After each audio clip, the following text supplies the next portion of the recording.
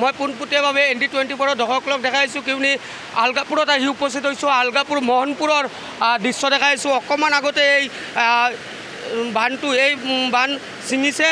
বহু মানুহ আছে এই আলগাপুৰ মোহনপুৰ এলেকাত, প্ৰায় হাজাৰ হাজাৰ মানুহ ঘৰত ইতিমধ্যে পানী সোমাই গৈছে।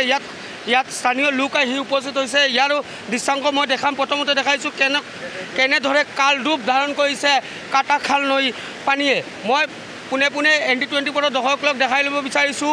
এয়া হ'ল দুটা মাথাউৰি কালি ছিঙিছিলে, তাৰপিছত দেখিবলৈ পোৱা গৈছে আজি মোহনপুৰৰ দুটা মাথাউৰি ইতিমধ্যে ছিঙিছে। মই ইয়াৰ যিবিলাক স্থানীয় লোক আছে, স্থানীয় লোকৰ লগতো কিছু কথা পাতিবলৈ যত্ন কৰিম, কিয়নো কালিও দেখিবলৈ পোৱা গৈছে ভয়ংকৰ ৰূপ ধাৰণ কৰিছিলে কাটাখাল নদীয়ে। আজিও দেখিবলৈ পোৱা গৈছে যে আলগাপুৰ সমষ্টিৰ মোহনপুৰত আহি মই উপস্থিত হৈছোঁ। মোহনপুৰ অকণমান আগতেই এই মাথাউৰিটি ছিঙিছে। ইয়াত স্থানীয় কিছুমান লোক আছে, লোকৰ লগত কিছুমান কথা পাতিবলৈ চেষ্টা কৰোঁ। দাদা, দেখিছোঁ যে বাৰে বাৰে মাথাউৰি নিৰ্মাণ কৰা চলে, বহু পইচা এই পীযুষ হাজৰিকা ডাঙৰীয়া বহুত পইচা দি থাকে, তাৰপিছতো কিয় কাৰণে এইবিলাক মাথাউৰি নিৰ্মাণ ভালকৈ নহয়? কিয় মানুহ এনেকুৱা বিপদত পৰিব লাগে?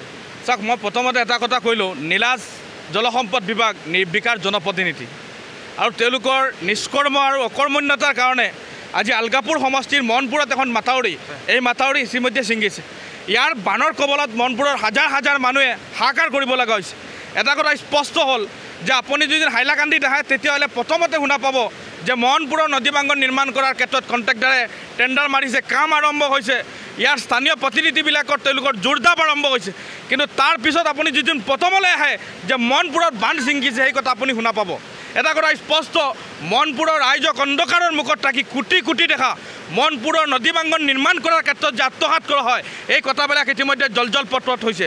তৃতীয় কথাটো কৈছোঁ, মনপুৰৰ ৰাইজক অন্ধকাৰৰ মুখত ঠেলি দি মনপুৰত বান্ধ নিৰ্মাণ কৰাৰ ক্ষেত্ৰত, মনপুৰৰ ৰাইজক নিৰাপত্তা দিয়াৰ ক্ষেত্ৰত যে চৰকাৰী ধন লুণ্ঠন কৰাৰ ক্ষেত্ৰত তেওঁলোকে নিৰ্মল ভূমিকা পালন কৰে, সেই কথাবিলাক ইতিমধ্যে জল পটপট হৈছে।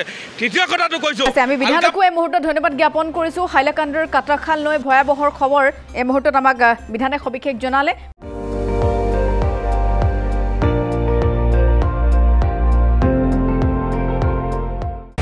আপুনি চাই আছে ND24, সৰ্বশ্ৰেষ্ঠ নহয় সৰ্বোত্তমৰ দৌৰ।